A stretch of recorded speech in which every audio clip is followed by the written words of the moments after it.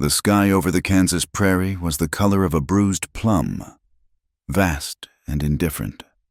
It offered no comfort, only a hard, gray light that fell upon the cluster of souls gathered on the barren hill. Below them, the town of Redemption was a handful of wooden blocks scattered in the dust, and beyond that, the plains rolled on forever, a sea of dead grass under the oppressive weight of the heavens. This was where they buried their dead, high up where the wind never ceased its mournful song. Eliza Holloway stood at the edge of the raw, open grave, a solitary figure in black. The wind tore at her veil, whipping it against her face like a frantic hand, but she did not move to tame it. Her own hands, gloved and trembling, rested on the lid of the plain pine box that held what was left of her husband, Peter. The wood was rough beneath her fingertips, real and final.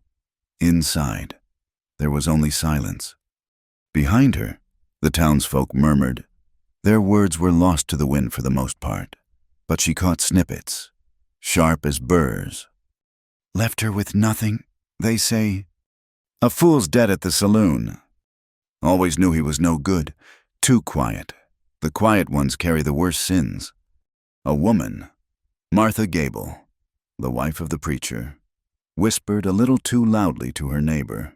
Heard tell there was another woman over in Wichita, a dancer. The words were stones thrown at her back.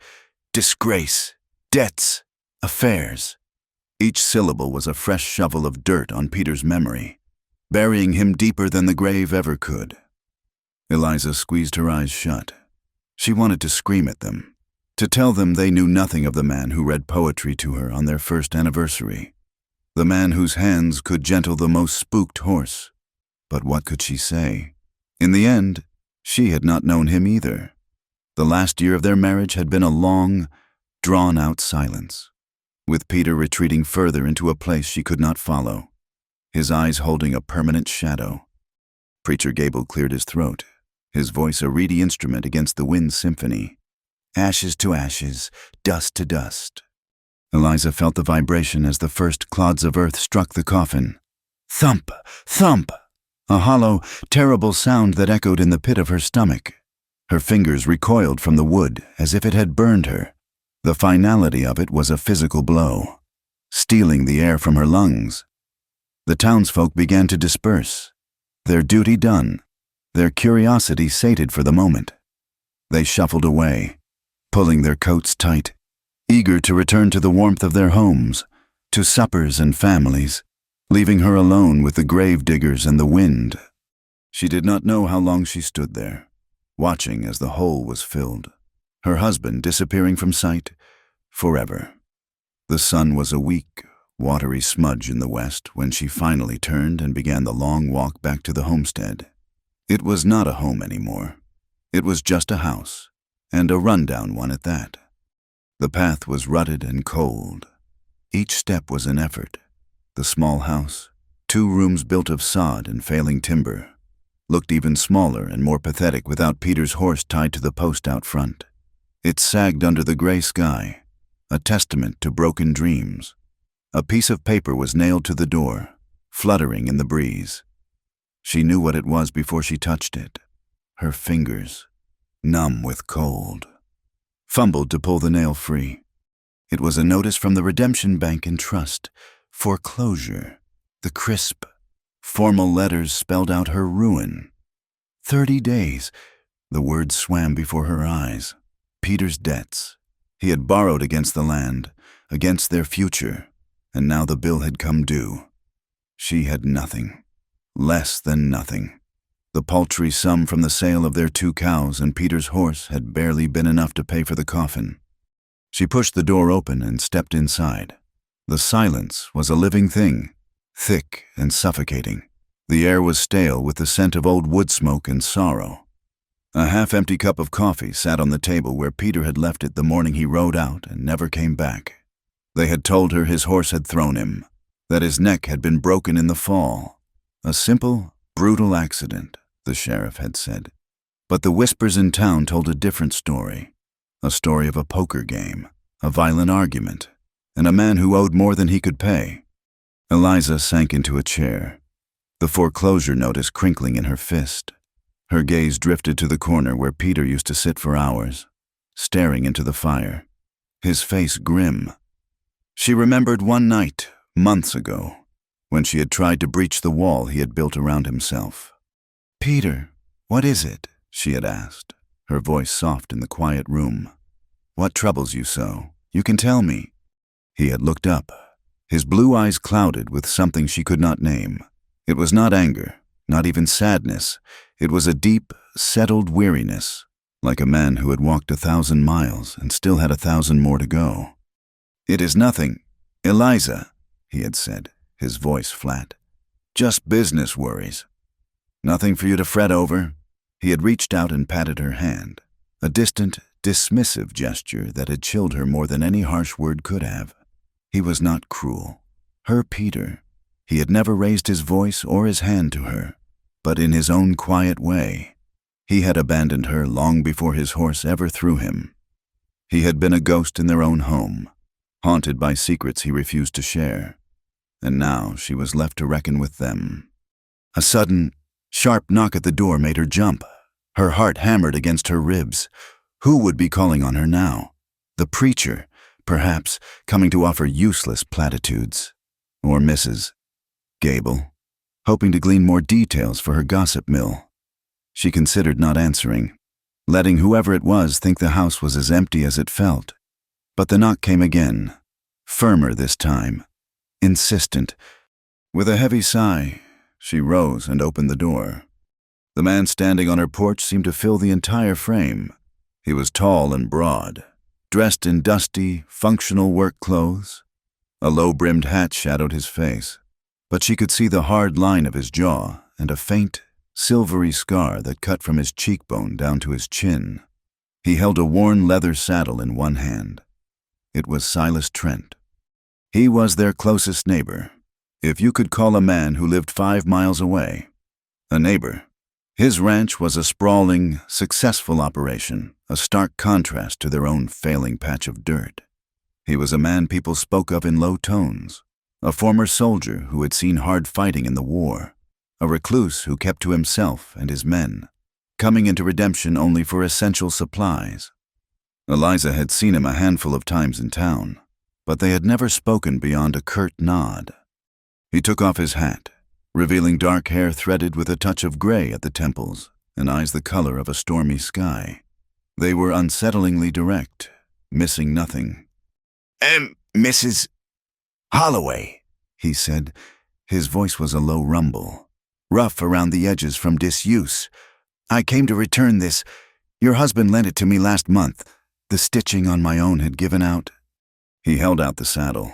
It was one of Peter's, the one with the silver conchos he had been so proud of. She stared at it, her mind a blank. "I thank you, Mr. Trent," she managed, her voice a dry rasp. She reached for the heavy saddle, and as her fingers brushed his, she felt the calloused toughness of his skin. He did not let go immediately, his gaze sweeping over her, taking in the black dress that hung loosely on her thin frame, the dark circles under her eyes, the faint tremor in her hands. He saw not just a widow, but a woman on the verge of collapse. "I heard about your husband," he said, his tone flat, devoid of the practiced pity she had heard all day. "It is a hard thing." She nodded, unable to speak. She just wanted him to leave, to let her crumble in private. But he did not move. He looked past her into the dim, sparse interior of her home. He saw the empty shelves in the cupboard, the cold hearth. His expression remained unreadable, but a flicker of something passed through his eyes. It was not pity. It was recognition. He was a man who knew what hardship looked like. "You are alone here now," he stated. It was not a question. "Yes. Winter is coming on. It will be a hard one. They say—" She said nothing, just clutched the saddle to her chest as if it were a shield. The weight of it was a reminder of all she had lost. Silas Trent shifted his weight, his gaze falling to the foreclosure notice still crumpled in her other hand. He did not comment on it, but she knew he had seen it. "I am in need of a cook," he said, the words coming out bluntly, without preamble. "The men I have, they can ride and rope, but they cannot boil water without burning it.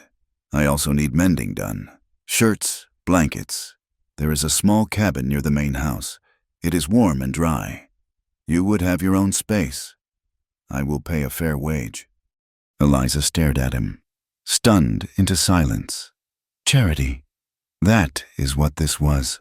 The thought sent a hot wave of shame through her. She was Eliza Holloway. Her father had been a respected man back east. She was not some beggar to be taken in. "Thank you for the offer, Mr. Trent," she said, her voice stiff with pride. "But I can manage on my own." His stormy eyes held hers. "Can you?" he asked, his voice quiet but cutting through her defenses. He did not need to say more. The word hung in the air between them, heavy and sharp. He could see the truth in the hollows of her cheeks and the desperation she was trying so hard to hide. He saw the empty house and the foreclosure notice and the coming winter. Pride was a luxury, a fine meal for a full belly, but starvation was a cold, hard reality. The wind howled outside, a preview of the blizzards to come. She thought of nights spent shivering, of the gnawing hunger that was already a constant companion. She thought of being turned out of her home with nowhere to go. Another nameless, faceless woman lost to the unforgiving frontier. Pride would not keep her warm. Pride would not fill her stomach. The fight went out of her, draining away and leaving her feeling hollowed out and fragile. Her shoulders slumped. "When would you need me to start?" she asked, the words tasting like ash in her mouth. "Tomorrow," he said. "I will send one of my men with a wagon for your things in the morning." He put his hat back on, gave her a short, decisive nod, and turned without another word. She watched him walk to his horse, a big, powerful roan that stood patiently. He swung himself into the saddle with an economy of motion that spoke of years of practice. Then he rode away, disappearing into the vast, gray emptiness of the prairie, leaving Eliza alone on her porch, clutching a saddle that smelled of another man's horse and a future she could not have imagined. The next morning, as promised, a wagon arrived. It was driven by a scruffy, silent man with a sun-scorched face who introduced himself as Jeb. He did not offer condolences or ask questions. He simply loaded her one wooden trunk, her box of kitchen things, and the rocking chair her mother had given her. It was a pitifully small collection to represent a life. As she took one last look at the sod house, the place where she had arrived as a hopeful bride, she felt a pang of sorrow so sharp it almost brought her to her knees. But there were no tears left. She had cried them all out at the grave. She climbed onto the wagon seat beside Jeb, her back rigid, and did not look back as they pulled away. The journey to the Trent Ranch took them deeper into the wild, open country. The land was raw and beautiful in its own harsh way, a place of sweeping grasslands, rocky outcrops, and endless sky. The ranch itself was nestled in a shallow valley, protected from the worst of the wind by a stand of cottonwood trees lining a creek. It was a place built for survival, not for show. The main house was a long, low structure made of thick, dark timber, with a wide porch and smoke curling from a stone chimney. A massive barn stood opposite it, along with a blacksmith's shed, several corrals, and 2 bunkhouses for the men. And off to one side, just as Silas had said, was a small, neat cabin. As they rode in, a second ranch hand, a younger man with watchful eyes, stopped his work mending a fence to stare at them. He pushed his hat back, his expression a mixture of surprise and suspicion. Eliza felt their eyes on her, 2 strangers judging the strange woman their boss had brought home. She pulled her black shawl tighter around her shoulders, feeling like an intruder, a stray dog taken in from the cold. Silas Trent emerged from the barn as the wagon creaked to a halt. He walked over, his stride long and purposeful. He nodded at Jeb, then looked at Eliza. "This will be yours," he said, gesturing toward the small cabin. "Jeb will help you with your things. The kitchens are in the main house. Supper is at sundown. You will eat with me and the men in the main hall." He spoke in short, practical sentences, laying out the terms of her new existence. She slid down from the wagon, her legs stiff. "Thank you, Mr. Trent." "Silas," he corrected her, his voice leaving no room for argument. "My name is Silas." He watched for another moment as Jeb began to unload her trunk. Then he turned and walked back toward the barn, his attention already claimed by the endless work of the ranch. The cabin was small. Just one room, but it was clean and sturdy. A narrow cot with a thick wool blanket stood against one wall. There was a small iron stove for heat, a table with one chair, and a washstand with a pitcher and bowl. A single window looked out over the vast, empty prairie. It was a shelter. Nothing more. A place to exist. Jeb deposited her trunk and boxes inside, tipped his hat without a word, and left, closing the door behind him. The sudden silence was deafening. Eliza stood in the middle of the room, her hands clasped tightly in front of her. She was a widow, a pauper, a hired cook on a stranger's ranch. Her life had been stripped down to these bare, brutal facts. She spent the afternoon unpacking her few belongings, trying to make the sterile room feel like her own. She placed her mother's silver-backed brush on the small table and laid her spare dress in the trunk. But nothing worked. The room remained a stranger's space, and she remained a stranger within it. As dusk settled, painting the sky in shades of orange and purple, she made her way to the main house. The big hall was filled with the smell of coffee and bacon from the morning's meal. The two ranch hands, Jeb and Walt, were already at the long wooden table, their hats on the pegs by the door. They fell silent when she entered, watching her with wary eyes. Silas sat at the head of the table, a ledger open before him. He looked up and nodded toward the kitchen. She spent the next hour in a haze, finding pots and pans, preparing a simple meal of stew and cornbread from the supplies in the pantry. Her movements were mechanical. When the food was ready, she served the men. They ate quickly and silently, their hunger a raw, animal thing. Eliza picked at her own food, her stomach a tight knot of anxiety. The clatter of forks on plates was the only sound. It was a lonely, cheerless meal. When they were finished, the men rose, scraped their plates, and left for the bunkhouse, muttering a gruff "ma'am" in her direction. She was left alone with Silas in the lamplight. "The meal was good," he said, not looking up from his ledger. "Thank you." She cleared the table, her movements quiet and efficient. She washed the dishes in a basin of hot water from the stove, her back to him the entire time. She could feel his presence behind her, a solid, unmoving weight in the room. When the last dish was dried and put away, she turned. "If there is nothing else, I will go to my cabin now." He finally closed the ledger and looked at her. The lamplight carved deep shadows into his face, making the scar on his jaw stand out. "There is nothing else."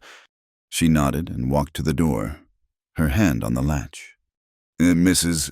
Holloway," he said, his voice stopping her. She turned back. "The door to your cabin has a good, strong lock," he said. "Use it." It was not a threat.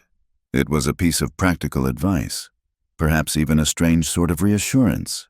He was acknowledging her vulnerability and his own men's nature. She was a woman alone in a world of men. "I will," she whispered, and slipped out into the cold, clear night. The sky was a riot of stars, more than she had ever seen, sharp and brilliant in the blackness. The wind had died down, and a deep, profound silence had fallen over the land. Back in her small cabin, she slid the heavy bolt on the door. The sound of it locking into place was loud in the quiet. She undressed in the dark and slid under the coarse wool blanket on the cot. The mattress was filled with straw, and it rustled with every small movement. She lay on her back, staring up at the dark ceiling, feeling the full weight of her loneliness pressed down on her. Here, in this strange bed, in this strange place. The grief she had held at bay all day finally broke through her defenses. A single tear traced a path through the grime on her cheek. Then another, soon. A silent sob shook her frame. She curled onto her side, pulling the blanket tight around her, as if she could hold herself together. The name was a ghost on her lips.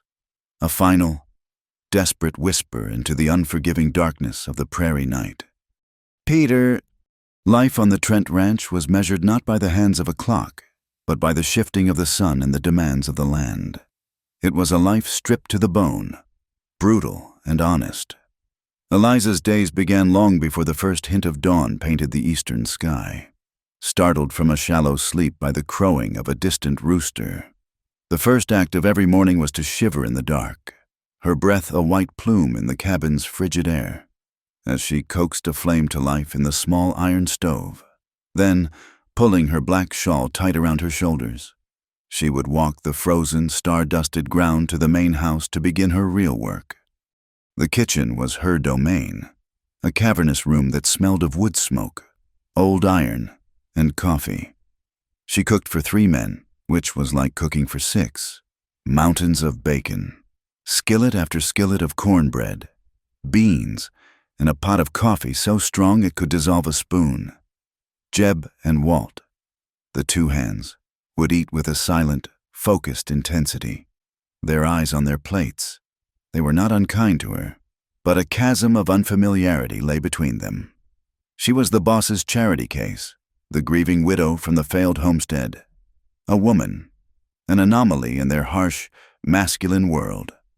They treated her with a wary, clumsy deference, always remembering to remove their hats indoors and muttering a "Thank you, ma'am," as they left. After the morning meal, the day's labor would unspool in an endless thread of tasks.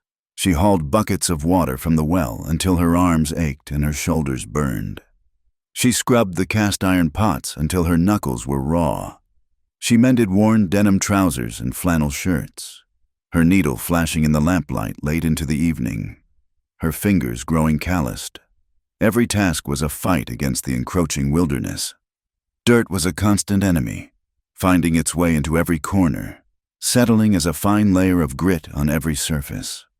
Yet, she found a strange, grim satisfaction in the exhaustion that settled deep in her bones each night. Physical pain was simpler than the ache of grief. The burn in her muscles was a welcome distraction from the hollow in her heart. She proved herself capable, her movements economical and sure. She did not complain. She did not offer unsolicited conversation. She worked, she ate, and she returned to her cabin. And every single day, she wore the same dress. It was a simple frock of black wool, the only morning dress she owned. Each morning she put it on, a uniform of her grief. It became a part of her, a second skin that declared her status to the world, that kept everyone at a polite distance.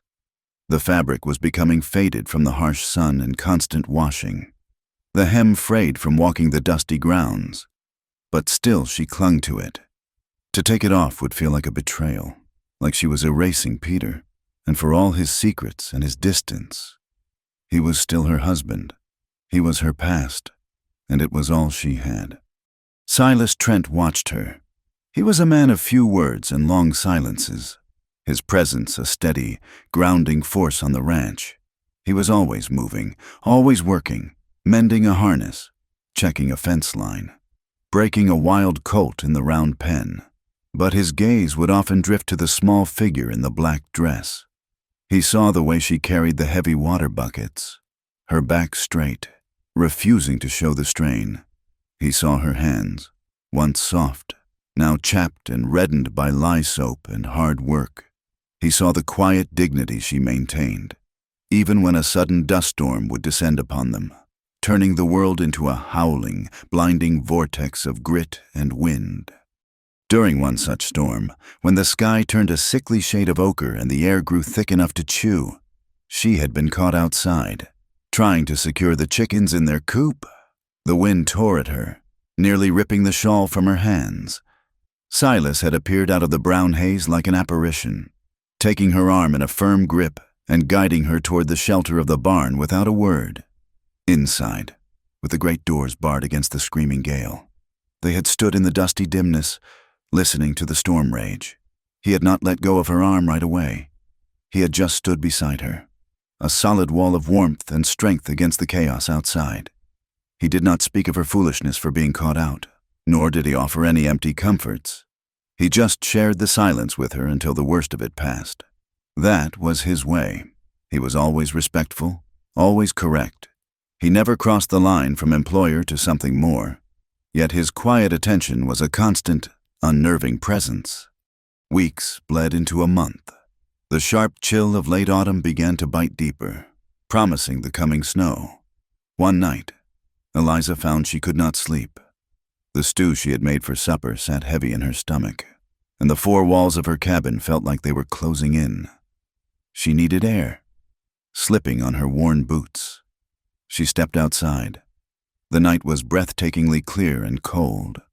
A sliver of moon hung in an inky sky littered with a fortune of diamonds. The silence was absolute, broken only by the distant, lonely cry of a coyote. She walked toward the dark shape of the barn, her footsteps crunching on the frosty ground. As she drew near, she saw a tiny, pulsating orange light near the corner. It was Silas, leaning against the rough-hewn timber of the wall, a cigarette held loosely between his fingers. He was looking up at the stars, lost in thought. He did not seem surprised to see her. He merely took a slow drag from his cigarette, the embers glowing brightly before fading. "Could not sleep either," he said. It was not a question. "The cabin feels small tonight," she replied, her voice soft. She stopped a few feet away from him, wrapping her arms around herself against the cold. They stood in a comfortable silence for a long time, two solitary figures under the vast, uncaring canopy of the night sky. It was Silas who finally spoke again. "You work hard, Mrs. Holloway." "It is honest work," she said, "and I am grateful for it." "You do not belong here," he stated, his voice a low rumble. A prickle of defensiveness rose in her. "I have nowhere else to be." "That is not what I meant," he said, turning his head to look at her. In the faint moonlight, the scar on his jaw was a pale, jagged line. "This life, it grinds people down. It takes more than it gives. You were not raised for it." "Life does not always ask what we were raised for," she countered, a hint of bitterness in her tone. He considered that for a moment, then took another long pull from his cigarette and exhorted the smoke in a slow, thoughtful plume. "No, I suppose it does not." Something about his quiet acceptance, about the shared solitude of the night, loosened a knot inside her that she had not known she was carrying. The words came out before she could stop them, a whispered confession to the darkness. "I do not even know who it is I am mourning," she said, the admission tasting strange on her tongue. "My husband, Peter, he was a good man, I think, but he kept secrets. In the end, I was married to a stranger. I wear this black dress and I cry for a man I am not even sure I knew." She half expected him to offer some clumsy condolence, some platitude about time healing all wounds. But Silas said nothing. He simply stood there, his presence a solid anchor in the darkness. He did not look at her with pity. He just listened, giving her words the space to hang in the air and fade on their own. His silence was a gift. It was a deep, quiet pool where she could drop the heavy stone of her confession and watch it sink without a ripple. It felt safer than any words of comfort, more honest than any sermon on grief. It felt like understanding. When he finally stubbed out his cigarette against the heel of his boot, he looked at her again. "The stars are bright tonight," he said. "A hard frost is coming." And with that, the moment was over. He gave her a slight nod and walked toward the main house, disappearing into the shadows. Eliza stayed out a while longer, looking up at the sky, feeling strangely lighter than she had in months. The following week, a buggy pulled into the yard, an unfamiliar sight. A woman sat holding the reins, dressed in a fine blue dress and a hat adorned with a silk flower that looked ridiculous and out of place against the rugged backdrop of the ranch. It was Clara Mae Simmons, whose husband owned the largest mercantile in Redemption. She was the town's self-appointed queen bee of gossip and judgment. Silas met her on the porch, his expression unreadable. Eliza, who had been on her way to the well, stopped in her tracks, an instinctual urge to flee rising in her. "Silas Trent, Mrs." Simmons chirped, her voice as sweet and cloying as cheap candy. "I was just passing on my way from the Abernathy farm and thought I would stop in and see how you were faring. We do so worry about you all the way out here." "We are faring well enough. Clara Mae," Silas said, his tone dry. Her eyes, sharp and bright as a bird's, darted past him and landed on Eliza. A look of distasteful surprise crossed her features, followed by a slow, knowing smile. She took in Eliza's worn black dress, her work-roughened hands, and her presence on the ranch with a single, sweeping glance. "Well, now," she said, her voice dropping to a conspiratorial murmur, loud enough for anyone within 50 feet to hear. "I see you have taken in the poor widow Holloway. How very Christian of you." Eliza felt a hot flush of shame creep up her neck. She wanted the ground to open up and swallow her whole. "Mrs." Simmons ignored her completely, directing all her attention to Silas. "Of course, people in town are talking. A young woman, recently bereaved, living out here alone with you and your men. It is not proper. Silas, it gives the appearance of sin, even if none exists. And with the unfortunate circumstances of her husband's death, well," she clucked her tongue, "some are calling her a black widow. Cursed luck, that one brings."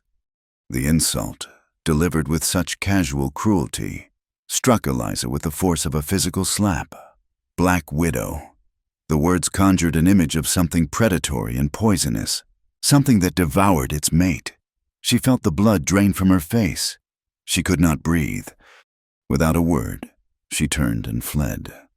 Not to her cabin, but to the vast, welcoming darkness of the barn. She stumbled into the familiar scent of hay, leather, and animals.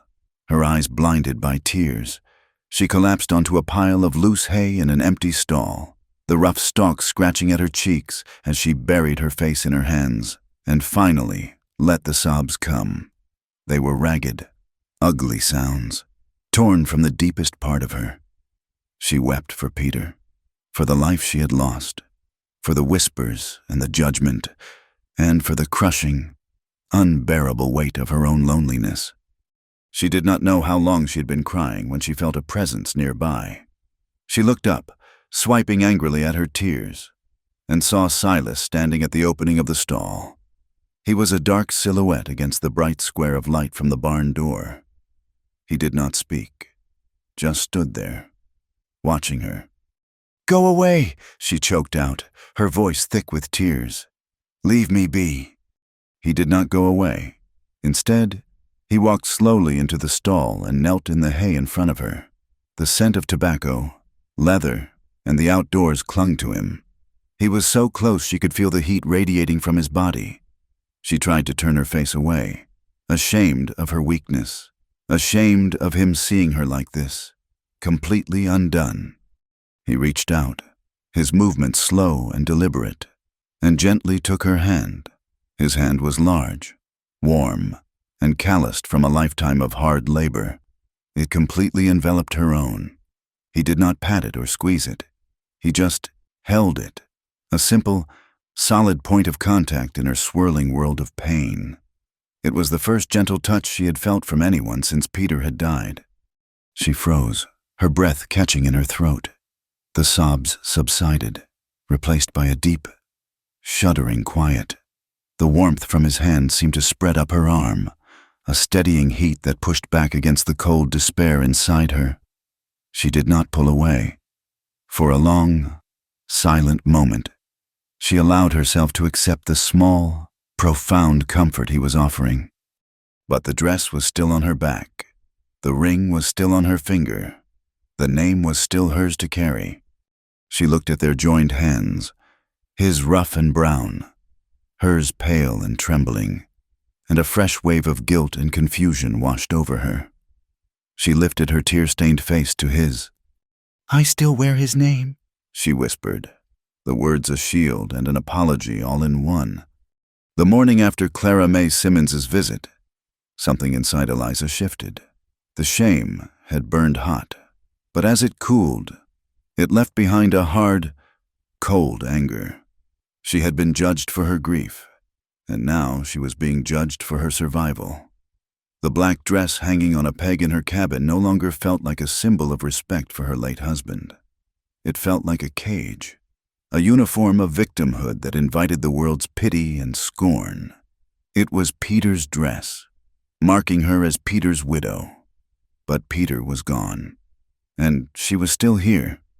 Before the sun rose, she opened her trunk. At the very bottom, folded neatly, lay the simple work dress she had brought with her from back east. It was made of sturdy blue cotton, faded from years of washing and softened by wear. It was the dress of a woman who worked, who lived, who was not defined by a grave on a lonely hill. With a deep, steadying breath, she took off the black wool frock for the last time. She folded it carefully, a farewell to a part of her life, and placed it in the trunk, closing the lid with a quiet finality. When she walked into the main house kitchen that morning, wearing the faded blue, the change was immediate. Jeb, halfway through a biscuit, stopped and stared for a beat before giving her a slow, almost imperceptible nod of approval. Walt simply grunted, but his usual wariness was replaced by a flicker of respect. When Silas entered, he paused in the doorway, his stormy eyes taking in the sight of her. He saw the color of the dress, the way it freed her movements, the determined set of her jaw. He saw not a widow, but a woman. He said nothing, but as he took his seat at the head of the table, the long silence between them felt different. It was no longer the silence of shared grief, but the silence of a new and uncertain beginning. With the black dress folded away, other things began to change as well. Eliza found she could not be content to remain within the confines of the house and the chicken coop. The vastness of the prairie, which had once seemed so threatening, now called to her. She wanted to feel the wind on her face, not through a window pane, but from the back of a horse. One afternoon, she found Silas in the corral, working with a young, half-wild mare. He moved with a quiet, confident grace, his voice a low, soothing murmur that seemed to gentle the nervous animal. Eliza leaned against the fence, watching. "I want to learn to ride," she said, her voice clear and firm. Silas turned, his expression unreadable. "You do not know how?" "Peter never allowed it," she said simply. "He said it was not ladylike." A muscle twitched in Silas's jaw. He led the mare to the fence and tied her loosely. "There is not much room for ladies out here," he said. He looked her up and down, then gestured to a gentle-eyed sorrel in the next pen. "That is Bess. She is steady as a rock, but we will start without a saddle." For the next hour, he taught her. He showed her how to approach the horse, how to speak to it, how to read its ears and its eyes. When it came time to mount, he cupped his hands for her foot, but she was clumsy, unused to the motion. She nearly fell, and his hands shot out, steadying her, his fingers pressing firmly into her waist. A jolt went through her, a warmth that had nothing to do with the afternoon sun. She froze for a second, hyper-aware of his touch, of his closeness. He let go as soon as she was balanced, his face impassive, and stepped back. He taught her to guide the horse with the pressure of her knees, to feel the rhythm of its walk. Her fear slowly gave way to a thrilling sense of freedom. She was clumsy, she was awkward, but she was doing it. A few days later, they were out on the northern range, mending a stretch of fence where a small herd of buffalo had blundered through. The work was tedious, stretching the sharp wire taut and nailing it to the posts. Silas showed her how to use the rope and pulley to get the proper tension, his large, calloused hands guiding her smaller ones. Their fingers brushed, a fleeting contact that sent another unexpected spark through her veins. She was struggling with a particularly stubborn coil of wire when it sprang loose from her grip, tangling around her feet and sending her stumbling backward into the dry grass. She landed in a graceless heap, unhurt but mortified. Silas looked over, a strange expression on his face. It was the ghost of a smile, crinkling the corners of his eyes. And then, for the first time, Eliza laughed. It was a rusty, unfamiliar sound, bubbling up from a place deep inside her that she had thought was dead. It was a short, breathless laugh of pure, unadulterated surprise. Seeing the shock on her own face, Silas let out a low chuckle, a deep, rumbling sound that seemed to vibrate through the very ground. For a single, perfect moment, they were not a reclusive rancher and a grieving widow. They were just a man and a woman, laughing together under the immense, empty sky. Then the moment passed, and they went back to their work, a new and delicate awareness hanging in the air between them. The sky had been a threatening shade of bruised purple all day. By late afternoon, the air grew heavy and still. The birds fell silent, and a strange, yellow light bathed the landscape. A storm was coming, a bad one. Silas ordered the men to secure the livestock in the main barn. "Eliza, get back to the house," he yelled over the rising wind. But she had left a basket of mending in the small hay shed, a rickety structure 50 yards from the barn. Worried the rain would ruin the cloth, she made a dash for it, the wind tearing at her dress and whipping her hair across her face. She had just ducked inside the shed when the heavens opened. Rain came down, not in drops, but in solid, wind-driven sheets. A deafening crack of thunder shook the very foundations of the old shed, and the world went white with a flash of lightning. She cowered inside. The roar of the storm, an all-consuming force.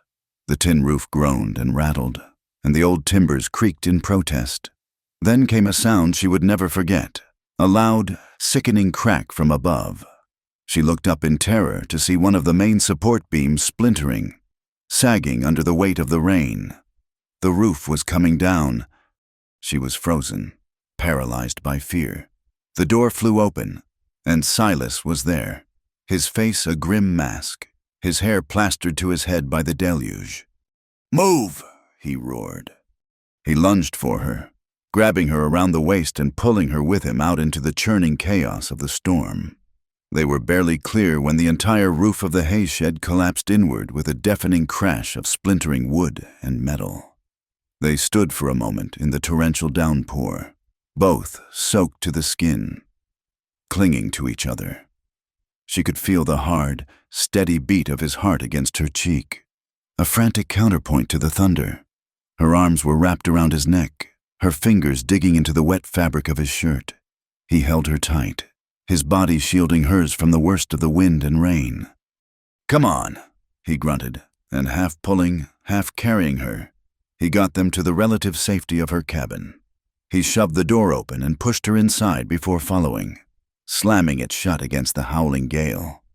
They stood in the center of the small room, dripping onto the wooden floor, their breath coming in ragged gasps. The only light came from the single candle she had left burning on the table, its flame dancing wildly in the drafts. The tension that had been simmering between them for weeks suddenly crackled in the air, thick and heavy as the storm outside. A long, shuddering tremor ran through her, a combination of cold, fear, and something else. Something she dared not name. Silas moved to the hearth and struck a match, his movement sure and steady despite the circumstances. Soon, a small fire was blazing, casting a warm, flickering glow across the room. Steam began to rise from their wet clothes. He turned to face her, his eyes dark and intense in the firelight. The usual walls he kept around himself seemed to have been washed away by the storm, leaving something raw and vulnerable in their place.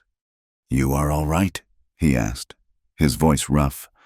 She could only nod, her throat too tight for words.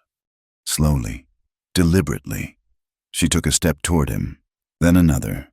The space between them shrank until she could feel the heat from his body, see the droplets of rain clinging to his eyelashes. The world seemed to contract to the four walls of that tiny, candle-lit cabin. There was no past, no future, only the roaring storm outside and the silent, more powerful storm raging between them. She lifted a hand, her fingers trembling, and reached toward his face, toward the scar on his jaw. She leaned in, her eyes fluttering shut. She could smell the rain on his skin, feel his breath on her lips. But then, the image of Peter's face swam up from the depths of her memory, not the distant, haunted man he had become, but the young man she had married, his eyes full of promises he had not been able to keep. Guilt, cold and sharp, pierced through the heat of the moment. She stopped, her hand dropping to her side. "I cannot forget him," she whispered, the words a plea and a confession. Her voice was barely audible above the drumming of the rain on the roof. Silas did not move. His expression was impossible to read, a mixture of patience and pain. When he spoke, his voice was low and steady, a rock in the turbulent current of her emotions. "Then do not," he said, "but do not lie to yourself either." The words struck her with a force greater than any physical blow. He was not asking her to erase her past. He was asking her to be honest about her present. He was asking her to see what was right in front of her, what was real, and it was too much. Overwhelmed, she turned away, wrapping her arms around her shivering body. "You should go," she said, her back to him. She heard him hesitate for a moment. Then the sound of the door opening and closing, and he was gone, leaving her alone with the fire, the storm, and the terrible, beautiful truth of his words. The whispers in town did not die down. They grew louder. The sight of Eliza Holloway in a blue dress, riding a horse, and working alongside the reclusive Silas Trent was more than enough fuel for the town's gossip mill. The story of her living on the ranch became twisted, embellished with each retelling, until it was a sordid tale of a shameless widow and a lonely, brutish rancher. One Sunday, as Eliza was kneading bread in the kitchen, she saw a buggy approaching. It was Preacher Gable. Silas met him on the porch, his stance wide and unwelcoming.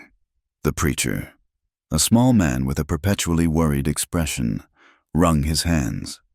"Silas," he began, his voice sanctimonious, "I am here as a shepherd to his flock.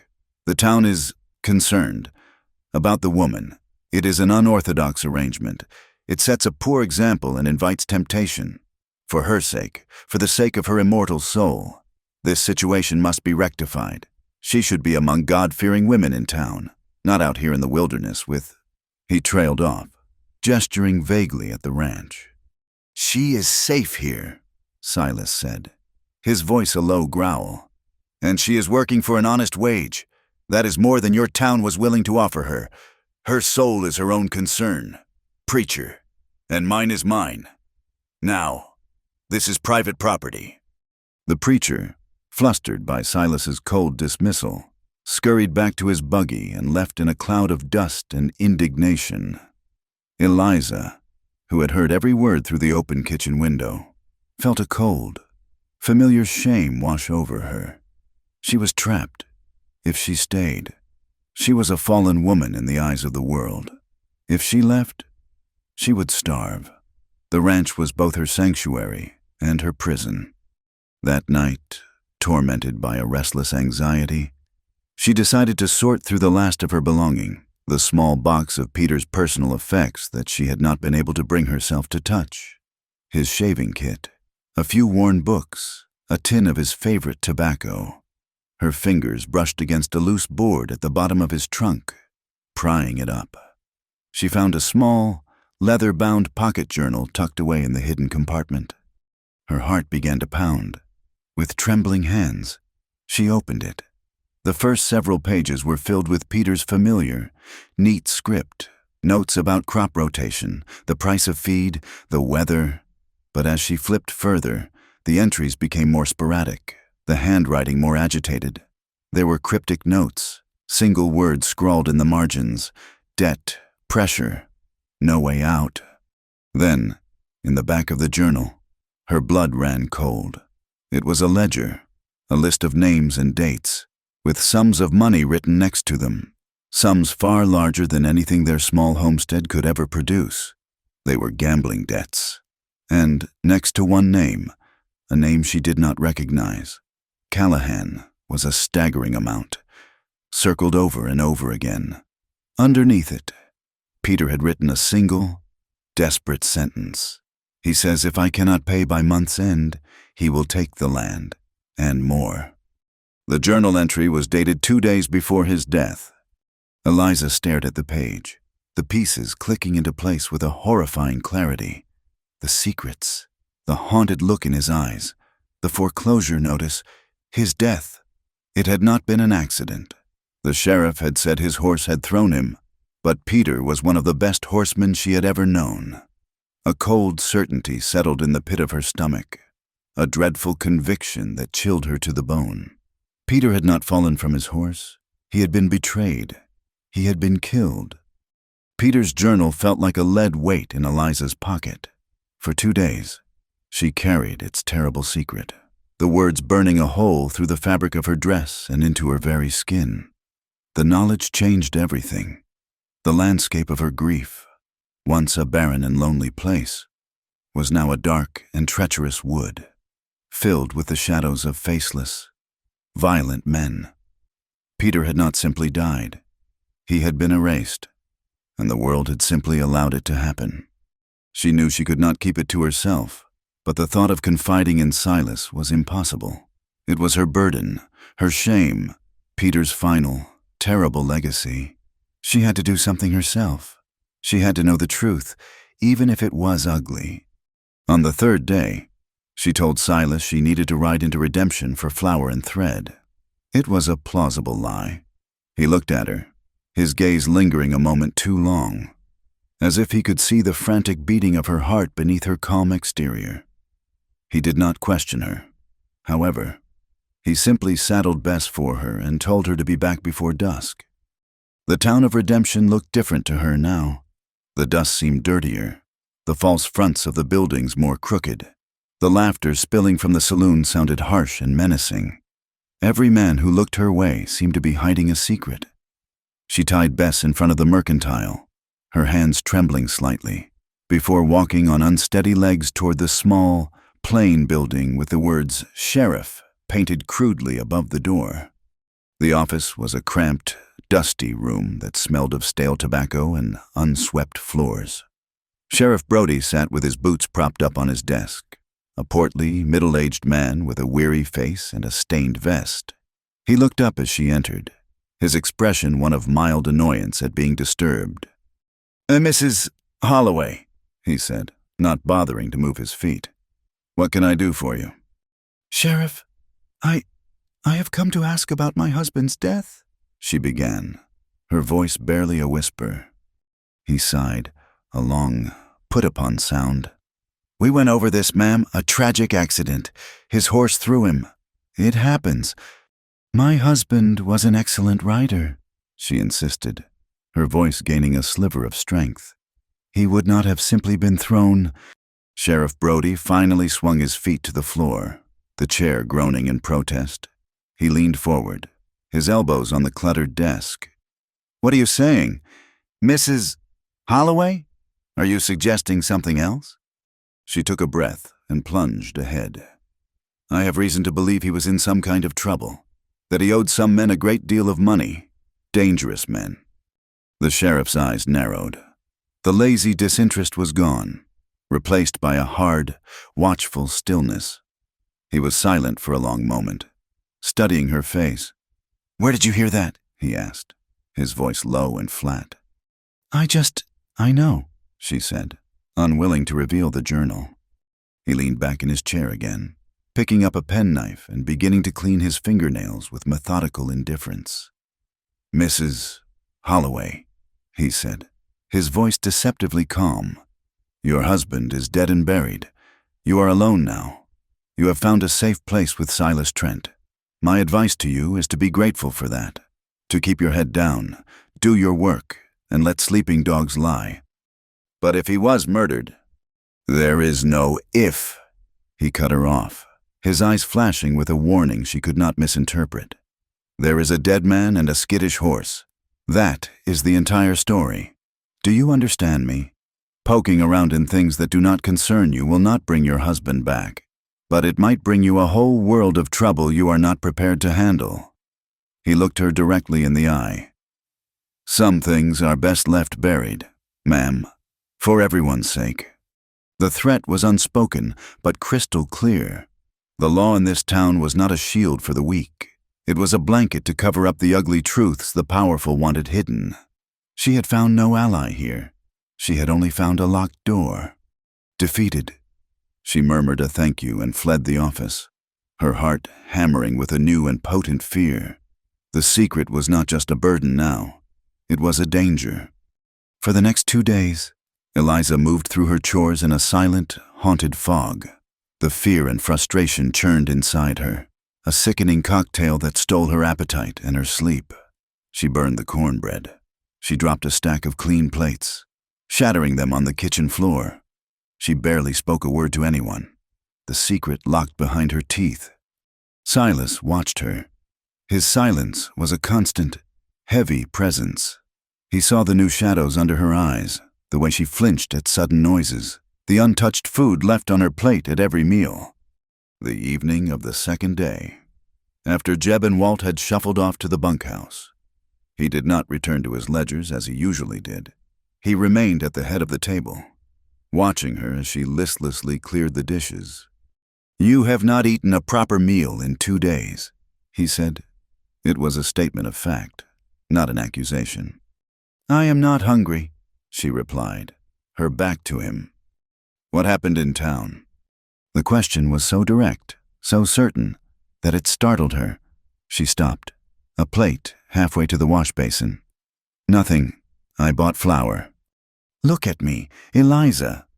His voice was quiet, but it held a command she could not disobey. Slowly, she turned to face him.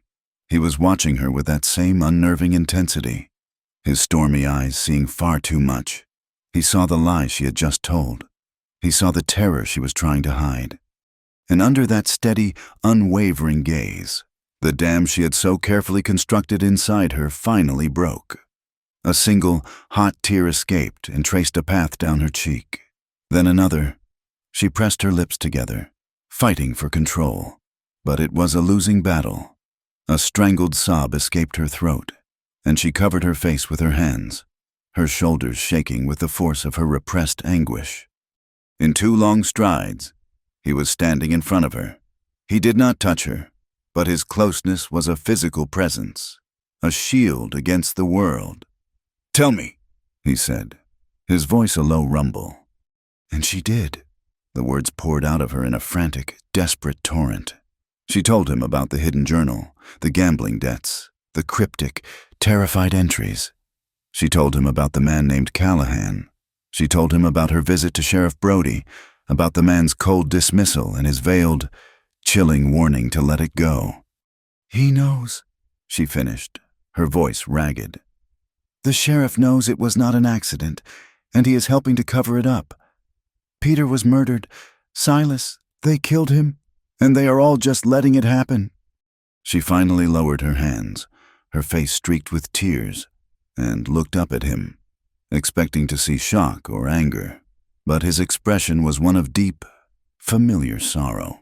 He looked not at her, but through her, his gaze fixed on a distant, painful memory. "I was 17 when I joined the army," he said, his voice quiet and rough. Just a boy trying to prove he was a man. He looked down at his own hands, turning them over as if seeing them for the first time. "One afternoon, during a skirmish near a river in Missouri, we overran a small Confederate encampment. It was chaos, smoke and yelling and fear. I came around a supply wagon and ran right into one of their soldiers. He was no older than me. His eyes were wide, terrified. He had dropped his rifle and was fumbling for a pistol. I had my bayonet. He paused, his jaw tightening. The silence in the room was absolute, broken only by the crackle of the fire.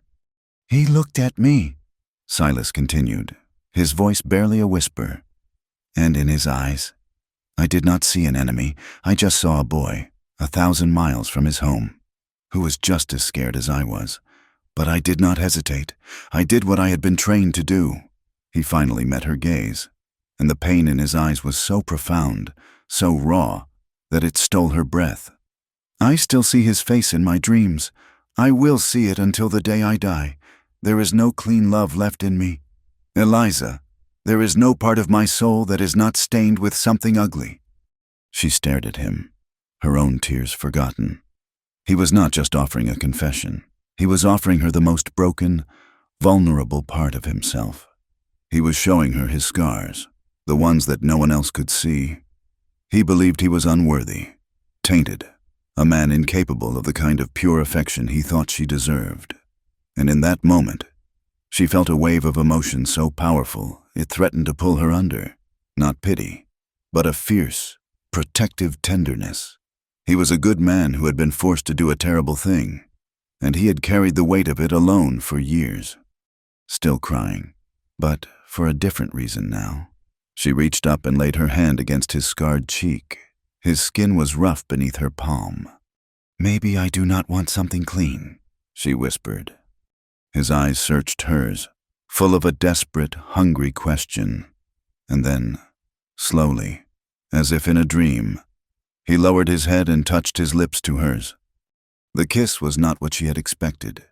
There was no fire, no passion.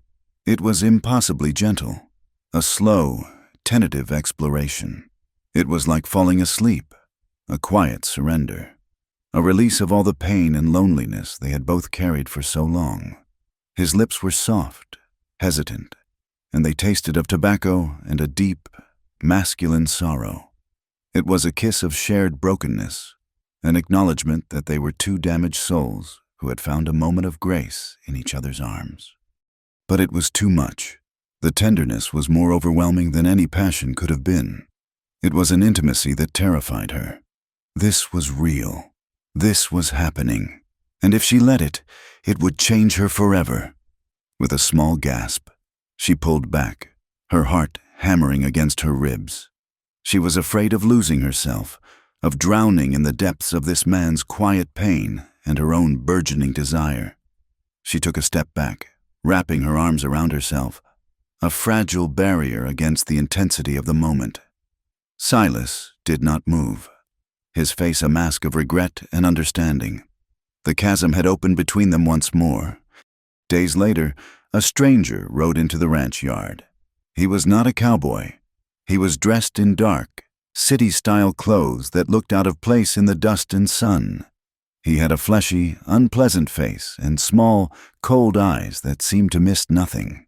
He sat on his horse, a big, mean-looking black, and watched Eliza as she fed the chickens, a smug, possessive smile playing on his lips.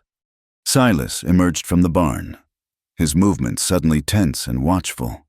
He walked to the center of the yard, placing himself between the stranger and Eliza. "This is private property," Silas said, his voice a low growl. "State your business." The man's smile widened. "My business is with the lady," he said, his voice slick and oily. He tipped his hat to Eliza. "Mrs. Holloway, I presume my employer, Mr. Callahan, sends his condolences on the loss of your husband. He also sends his regards about your husband's outstanding accounts. Peter was a man who liked to take chances. Unfortunately, his luck ran out, in more ways than one." The veiled threat hung in the air, ugly and suffocating. Callahan, the name from the journal. This was it. The danger was no longer a ghost from the past. It was here, in her yard, staring at her with cold, dead eyes. "Her husband's accounts died with him," Silas said, his voice dropping to a deadly quiet. "She owes you nothing. Now get off my land before I decide to remove you myself." The stranger chuckled, a humorless sound. "There is always something to pay with," he said, his gaze lingering on Eliza in a way that made her skin crawl. "Mr. Callahan is a patient man, but not a forgiving one. He will be in touch." He gave Silas a final, mocking sneer, then turned his horse and rode away at a leisurely pace, confident and untouchable. Silas stood watching him go, his body coiled like a spring, his hands clenched into fists at his sides. He knew, and Eliza knew, that this was only the beginning. That night, sleep was an impossibility. Eliza lay on her cot, staring into the darkness, the stranger's oily voice echoing in her ears. The sanctuary of the ranch had been violated. The danger was real, and she had brought it here. She had put Silas, a man who had shown her nothing but kindness, in its path, tossing and turning, the rough straw mattress scratching at her skin. She finally threw back the blanket. The cabin was a cage, and she could not breathe. Barefoot, wearing only her thin cotton nightgown, she slipped out into the cold night and walked toward the barn. The moon was high and full, bathing the world in a silent, ghostly silver light. The barn was their place. It was where he had found her crying. It was where he had shown her a kindness that had cracked open her frozen heart. She climbed the rough-hewn ladder to the hayloft, the familiar scent of dry hay and old wood a small comfort. She sat in the shadows, hugging her knees to her chest, and looked out the open loft door at the vast, star-dusted prairie. A few minutes later, she heard a sound below. A floorboard creaked, followed by the soft tread of boots on the ladder. Silas appeared in the opening of the loft, a dark silhouette against the moonlit sky. He did not seem surprised to find her there. He walked over and sat a few feet away, his concern a palpable presence in the quiet. He did not speak, just waited. She was the one who broke the silence. She turned to him, her face pale in the moonlight, her eyes wide and haunted. "I cried for a dead man for so long," she whispered, her voice trembling. "I forgot how to feel alive." It was a confession and a surrender. It was an admission that her grief had become a shroud, and she was suffocating within it. It was a choice. He moved toward her then, closing the space between them. He reached out and cupped her face in his large, warm hands, his thumbs gently stroking her cheeks. He looked into her eyes, and she saw in his a reflection of her own desperate longing. And then he kissed her. This time there was no hesitation, no tenderness. It was a fierce, desperate kiss, born of fear and danger and a desire that had been held in check for too long. It was a kiss that staked a claim, a kiss that said mine. He pulled her to him, his mouth devouring hers, and she met his hunger with her own, her hands tangling in his hair, pulling him closer. With a low groan, he broke the kiss and lifted her from the hay as if she weighed nothing. He pressed her back against the rough, solid wall of the barn, his body caging hers, and kissed her again. Deeper this time. She clutched at his shirt, her head spinning, a wave of heat washing through her that had nothing to do with shame or grief. It was life, raw and powerful and undeniable. And as his lips moved from her mouth to her throat, a sound escaped her, a breathless, aching moan. She gasped his name. "Silas!" It was not a cry for help. It was a prayer. Later, they lay tangled in a nest of old blankets in the corner of the loft, the moonlight streaming in through the open door, painting silver stripes across their bare skin. The world outside was silent, but inside Eliza, a quiet revolution had taken place, for the first time in over a year. She felt a sense of peace settle deep in her soul. She lay with her head on his chest, listening to the slow, steady rhythm of his heart. A soft, genuine laugh escaped her lips. "I forgot his name just now," she murmured into his skin.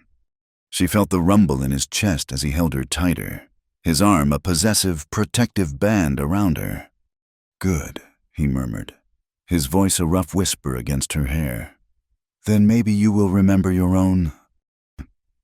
Eliza awoke to the cold, unforgiving light of dawn filtering through the gaps in the hayloft wall.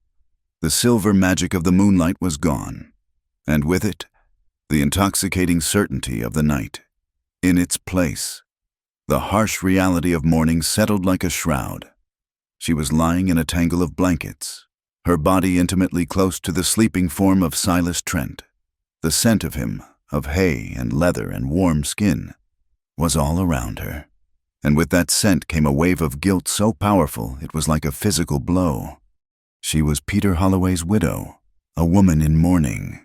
And last night, in this very hayloft, she had not only forgotten her husband's name, she had cried out another's. The memory sent a hot flush of shame creeping up her neck. The warmth that had bloomed in her body during the night now felt like the embers of a terrible sin. What had she done? Quietly, carefully, she slipped from beneath the blankets, her bare feet silent on the wooden floor. She gathered her nightgown and dressed with fumbling, hurried movements, not daring to look at the man who lay sleeping, his face softened and unguarded in a way she had never seen before. She fled the barn as a thief would flee the scene of a crime, her heart a frantic drum against her ribs. For the rest of the morning, she avoided him. She threw herself into her work with a desperate energy, scrubbing the kitchen floor until her knees ached, kneading bread with a violence that left her knuckles white. When Silas entered the kitchen for breakfast, she could not meet his eyes. She kept her back to him, her shoulders rigid, focusing on the sizzle of bacon in the cast-iron skillet. She felt his gaze on her, a heavy, questioning weight, but he said nothing. The silence between them was no longer comfortable. It was a chasm of unspoken words and unresolved emotions. She served the men their food, then retreated to the pantry, pretending to take inventory of the flour sacks until she heard him leave the house. The day wore on, each moment stretching into an eternity of anxious waiting. She felt like a stranger in her own skin, her body a traitor that had led her down a path from which there was no return. The memory of his kiss, of his touch, was a constant, burning presence beneath the surface of her thoughts. She was terrified of what would happen when they were alone again, terrified of the words that would need to be said. It was late in the afternoon when Walt, the younger of the two ranch hands, came riding into the yard at a gallop, his horse lathered in sweat. He had been sent to redemption for salt licks and a new axe handle. He threw himself from the saddle before the horse had even come to a full stop, his young face pale with a mixture of fear and excitement. "Silas!" he yelled, his voice cracking. "Silas! You need to hear this!"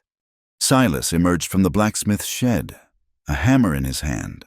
Eliza, who had been drawing water from the well, froze, the bucket handle digging into her palm. "What is it, Walt?" Silas's voice was calm, but his eyes were sharp. "It is Callahan's men," Walt gasped, breathless. "I heard them in the saloon, bragging. There is 5 of them, and they got another man with them, a hired gun from down Texas way. They were buying up ammunition, a whole crate of it. They were saying how Mr. Callahan is tired of waiting for what he is owed. They said they was coming out here tonight to collect." He looked from Silas to Eliza, his eyes wide. "They were talking about you, ma'am. They said they were going to burn this place to the ground and take you as payment." The bucket slipped from Eliza's numb fingers, crashing to the ground with a loud clang. The water splashed over her dusty boots, but she did not feel it. The world seemed to tilt on its axis, the air growing thin and cold. The vague threat had solidified into a concrete and imminent horror. They were coming. Tonight. And it was because of her. The quiet, almost lazy atmosphere of the ranch evaporated in an instant. A grim, focused energy took its place. Silas did not waste a moment. He was no longer a quiet, reclusive rancher. He was the soldier he had once been, a commander preparing for battle. "Walt, you and Jeb, get the horses into the main barn," he ordered, his voice ringing with an authority Eliza had never heard before. "Bar the main door from the inside and stay with them. If things go bad, You ride for the sheriff. Do not engage them directly unless you have no choice." "But Silas?" Jeb began to protest, his weathered face set in a stubborn frown. "We should be fighting with you." "You will do as I say," Silas said, his voice leaving no room for argument. "The horses are our future. They are not getting the horses." He turned and strode toward the main house. "Eliza, come with me." She followed him numbly, her legs feeling like they were made of lead. Inside, he went straight to a long, locked wooden chest that sat beneath a window. He opened it with a key from his pocket. The chest was filled with guns. He took out a heavy Winchester rifle and a Colt revolver, checking the action on both with practiced, efficient movements. He tossed a box of cartridges for the rifle onto the table. "Do you know how to use one of these?" he asked, nodding toward the Winchester. She shook her head, her eyes wide with fear. The sight of the weapons was terrifying, a visceral confirmation of the violence to come. "Peter had a rifle, but he never let me touch it." "You will learn now," he said grimly. He spent 10 precious minutes showing her how to load it, how to work the lever action, how to aim down the long barrel. "Aim for the center of the body. Do not think. Just point and pull the trigger." The heavy, cold steel of the rifle felt alien and obscene in her hands. This was the reality of her new life. Not just cooking and mending, but guns and death. While Silas went about the house, barring the shutters on the windows and placing buckets of water in strategic locations to douse any fires, Eliza felt the powerful, primal urge to run. She could saddle Bess. She could ride away into the descending dusk and disappear. She could leave this nightmare behind her, leave Silas to fight a battle that was not his. He was only her employer. He owed her nothing. She had brought this danger to his doorstep, and now men might die because of her. The weight of that responsibility was crushing. She could run. But where would she go? The prairie was vast and unforgiving. She had no money, no friends, no safe harbor. Callahan's men could find her, and even if they did not, she would be running for the rest of her life, forever looking over her shoulder. And what of Silas? The thought of leaving him to face this alone, of him perhaps being killed defending her, was a pain sharper than any fear for her own safety. She looked at him as he moved through the room, his face a mask of grim determination, and she knew she could not leave. This ranch, this man, was the only home she had. As the sun began to dip below the horizon, painting the sky in fiery streaks of orange and red, she found him in the barn, giving final instructions to Jeb and Walt.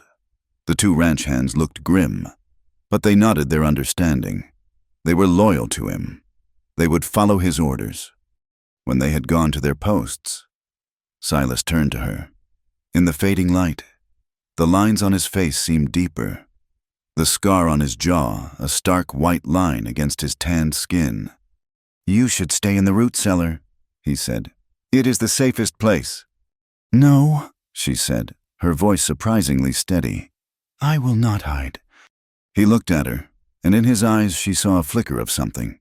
Pride, perhaps, or a deep, aching sorrow. The guilt and confusion that had plagued her all day seemed to melt away, replaced by a terrible, heartbreaking clarity. She thought of Peter, the man she had mourned, the man whose weakness and secrets had led them to this moment. Then she thought of Silas, the man who stood before her now, ready to lay down his life for her. She took a step closer to him, her hands twisting in the fabric of her dress. "Silas," she began, her voice trembling with the weight of her confession. "If they kill you, if you die tonight, I will lose 2 men, and only one ever loved me."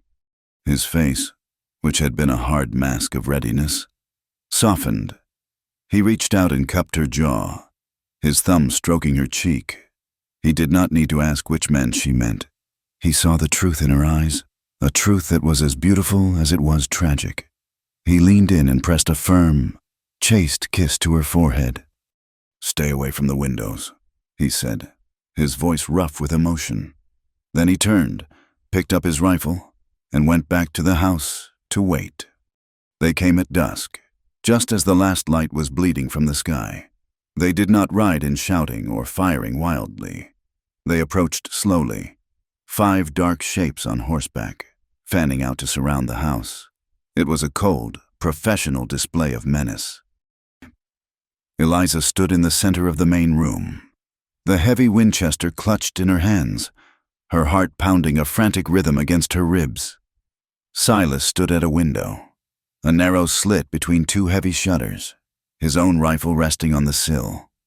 "Stay down," he commanded without turning. The eerie silence was broken by a voice from outside, the same oily, confident voice of the man who had come before. "Trent, we know you are in there, and we know you have the woman. Send her out, and Callahan might let you live to see the sunrise." "Go to hell," Silas yelled back, his voice echoing in the tense quiet. And then, the world exploded. The first shot shattered a window pane, sending glass skittering across the floor. It was followed by a deafening volley of gunfire. Wood splintered from the walls. A bullet ricocheted off the iron stove with a high-pitched whine. Eliza screamed and dropped to the floor. Crawling behind the heavy oak table, Silas did not flinch. He calmly returned fire, the boom of his Winchester a steady, measured beat in the chaotic symphony of violence. He was a good shot. A cry of pain from outside told her he had found his mark, but there were too many of them. Gunfire erupted from 3 different directions at once. They were trapped. A movement at the back window caught Eliza's eye.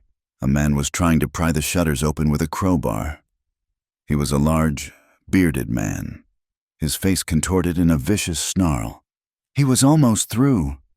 "Silas!" she cried out. "The back window!" Silas fired again at the men in the front, then whirled, but it was too late. The shutters burst open, and the bearded man began to climb through, a pistol in his hand. At the same moment, another gunman got a clear shot through the opening. He fired at Silas. Silas saw the danger to Eliza and moved without thinking. He threw himself in front of her, shoving her down. The bullet that had been meant for her tore through his side, spinning him around. He grunted in pain, stumbling against the wall, but he brought his own revolver up and fired twice. The man in the window jerked backward and fell out of sight. But Silas was hit. A dark stain was already spreading across his shirt. He leaned heavily against the wall, his face pale, but he raised his rifle again, trying to get a bead on the remaining attackers. From the barn, a pistol shot rang out. Walt, he had disobeyed orders. A volley of rifle fire answered him, and then there was a terrible final silence from that direction. Rage, cold and pure, surged through Eliza, eclipsing her fear. They had killed Walt. They had shot Silas. They were going to kill them all. The rifle in her hands no longer felt alien. It felt like a part of her, an extension of her will to survive. She scrambled to a side window, peering through a crack in the shutters. She saw one of the thugs reloading, his back to the house, thinking he was safe. He was getting a clear angle on Silas's exposed position. Without thinking, without allowing herself to feel, she remembered what Silas had told her. Point and pull the trigger. She lifted the heavy barrel, rested it on the sill, and lined up the sights on the center of the man's back. She squeezed the trigger. The rifle bucked against her shoulder with a brutal, deafening roar. The world outside the window seemed to freeze for a moment. The man jerked violently, dropping his own gun, and then crumpled to the ground in a lifeless heap. Eliza stared, her mind a blank. The smell of gunpowder filled her nostrils. She had killed a man. The sudden, unexpected shot from the house, combined with the loss of another of their number, seemed to break the attacker's nerve. The remaining 2 fired a few more wild shots, then mounted their horses and fled into the darkness. Silence descended, thick and suffocating, broken only by the sound of Silas's ragged breathing. The gunfight was over.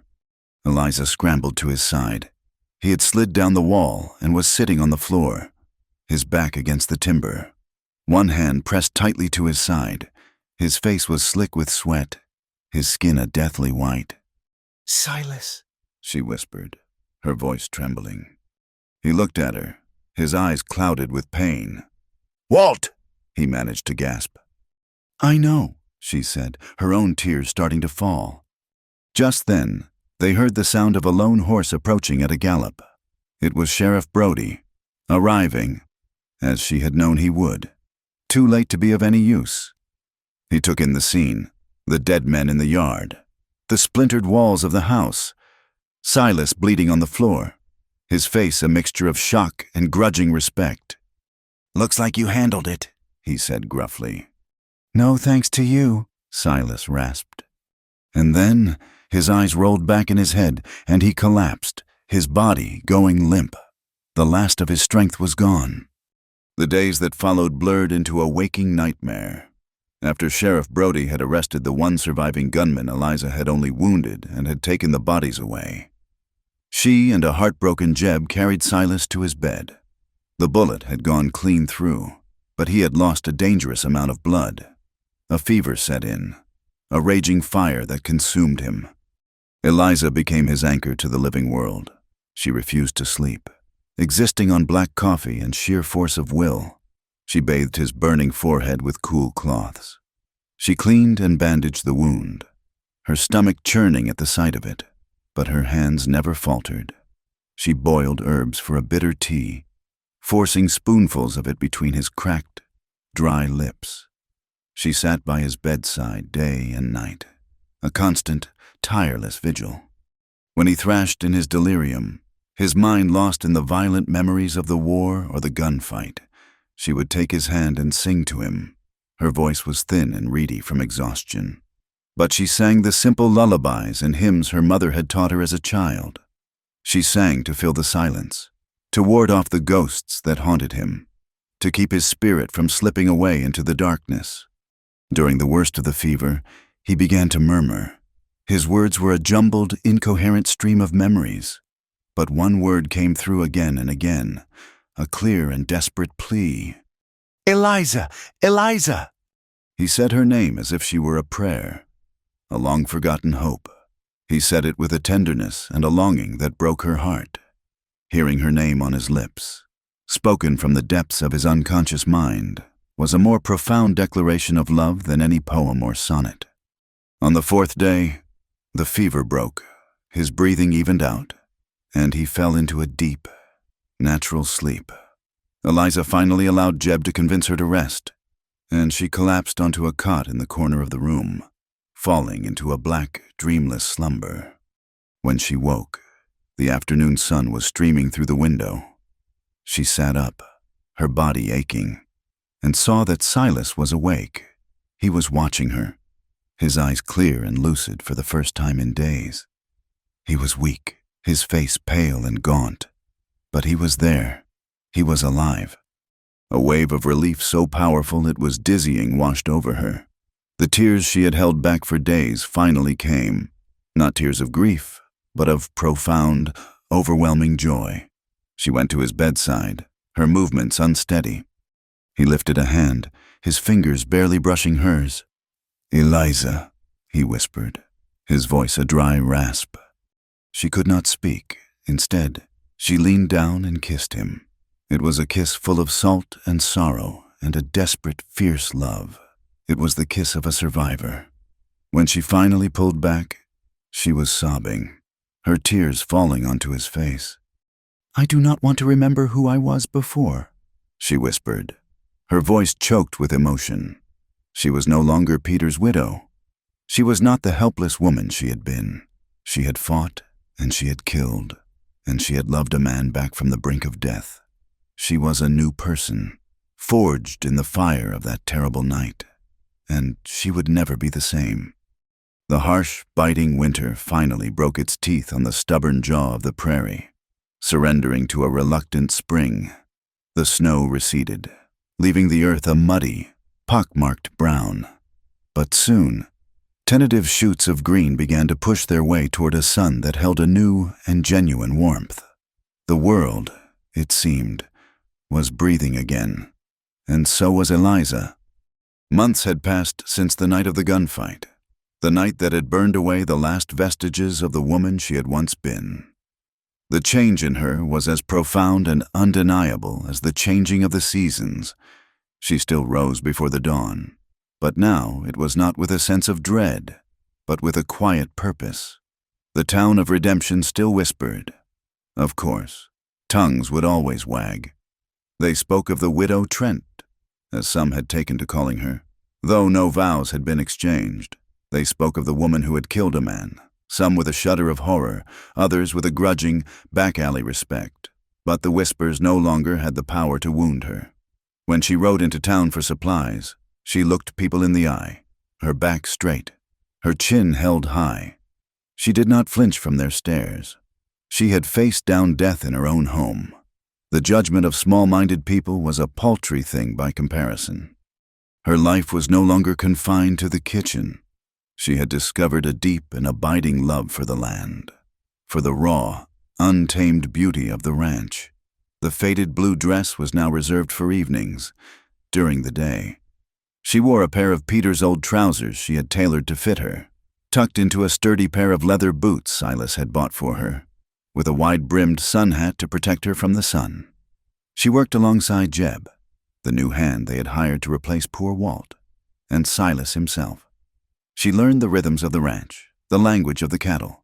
She could mend a fence, spot a sick calf from 100 yards away, and ride Bess with a skill and confidence that made her feel whole and alive.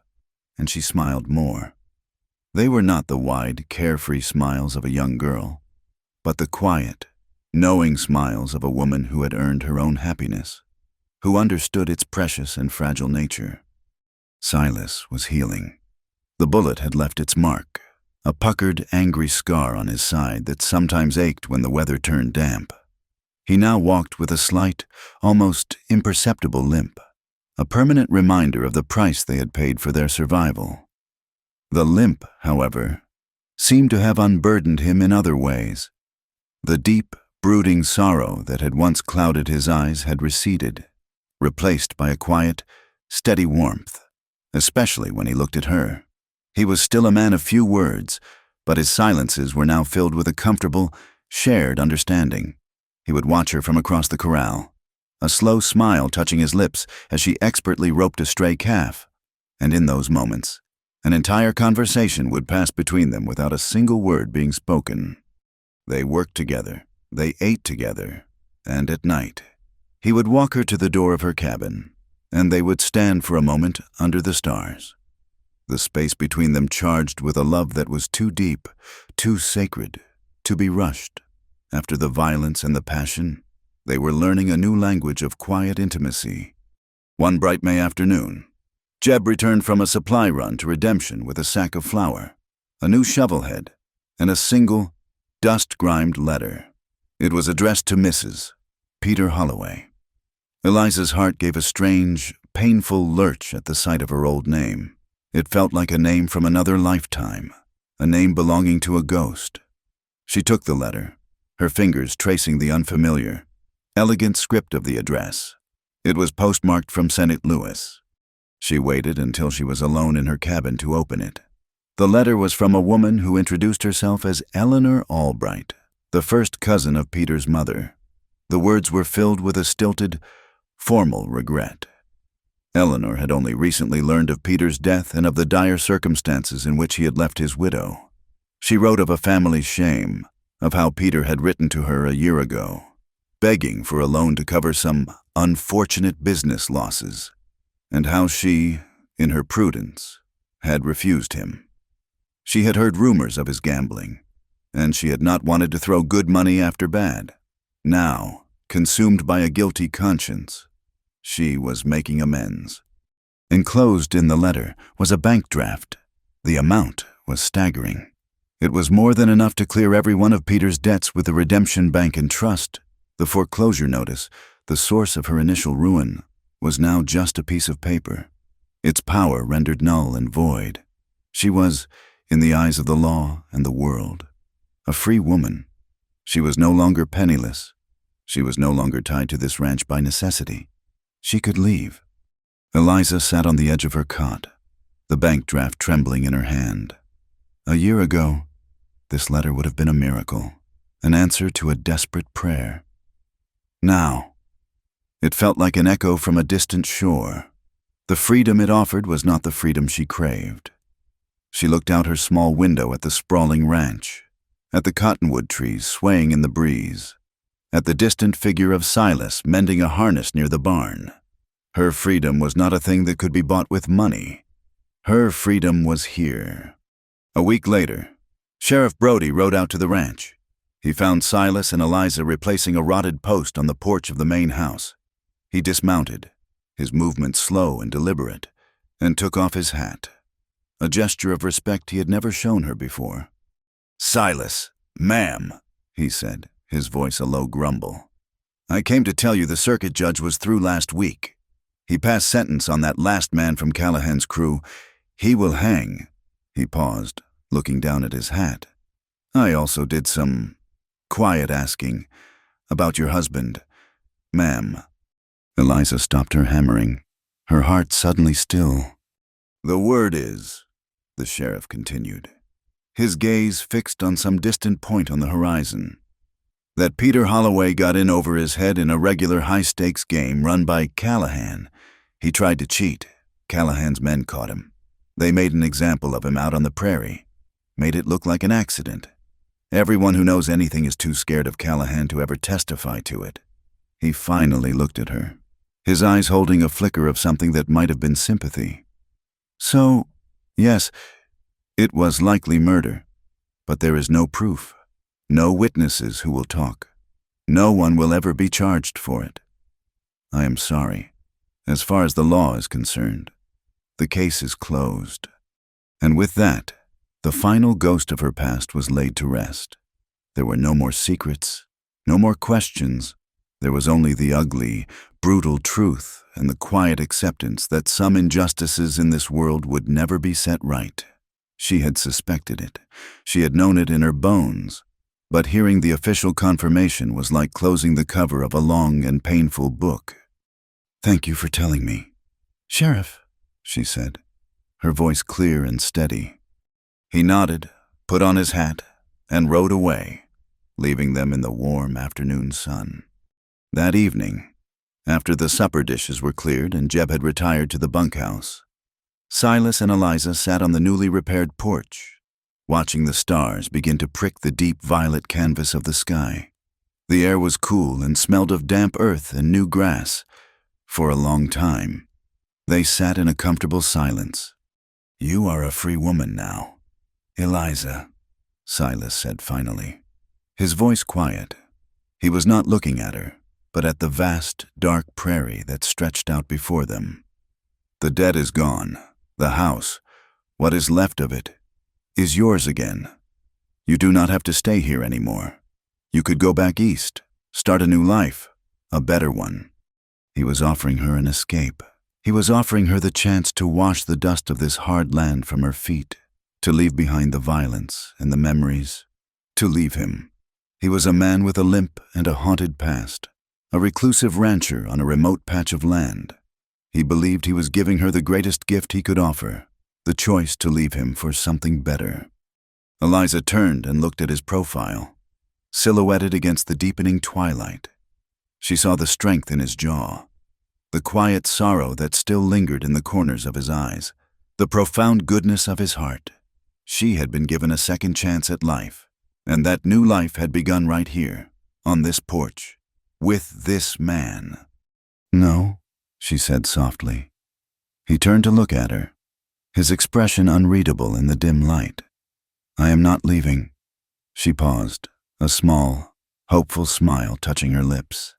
"But I do want something else." Later that night, she found him in the barn, a lantern in his hand, making a final check on the horses. She carried no light of her own, but walked toward him through the familiar, comforting shadows. He heard her footsteps in the hay and turned, the lantern light casting a warm, golden glow around them. She walked right up to him and stopped, her heart beating a slow, steady rhythm of pure, unadulterated love. She took his free hand in hers. "I came here in a black dress," she said, her voice clear and sure in the quiet of the barn. "I was mourning a man I did not even know. I was so lost in the past. I thought I had no future. You gave me a place to stand.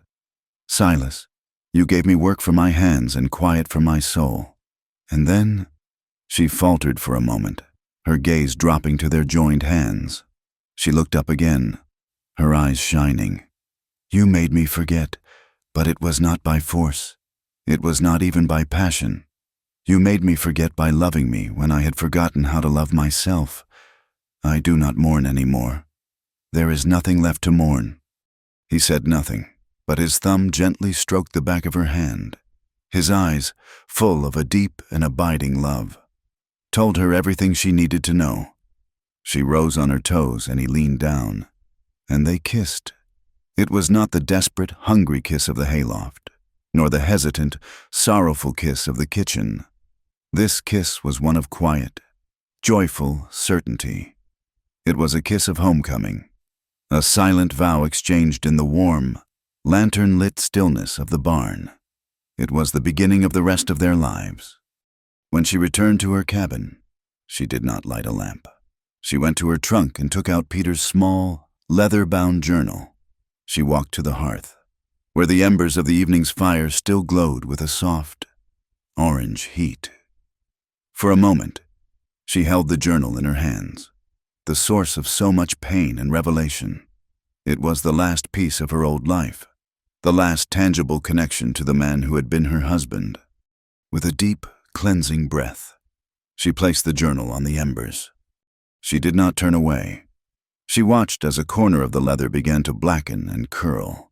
A small, tentative flame licked at the edge of the pages, then another, until the entire book was consumed in a bright, clean fire.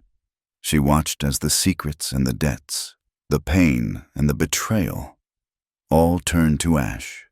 She watched until the fire died down, leaving nothing but glowing cinders. The ashes of her old life rose with the heat and disappeared up the chimney into the vast night sky. She was free. She walked outside, closing the cabin door softly behind her. The night was cool and clear, the sky a breathtaking expanse of glittering stars. Silas was waiting for her, leaning against the porch rail of the main house, watching the heavens. He saw her and held out his hand. She walked to him, took his hand, and stood beside him, her head resting on his shoulder. They stood together in the profound, peaceful silence, two survivors under a sky full of promises, their future stretching before them as vast and as bright as the prairie night. Thank you for listening to our story around the campfire. We encourage you to comment with where you are listening from to connect with fellow travelers on this journey. And be sure to subscribe to the Wild West Campfire channel and share your thoughts in English.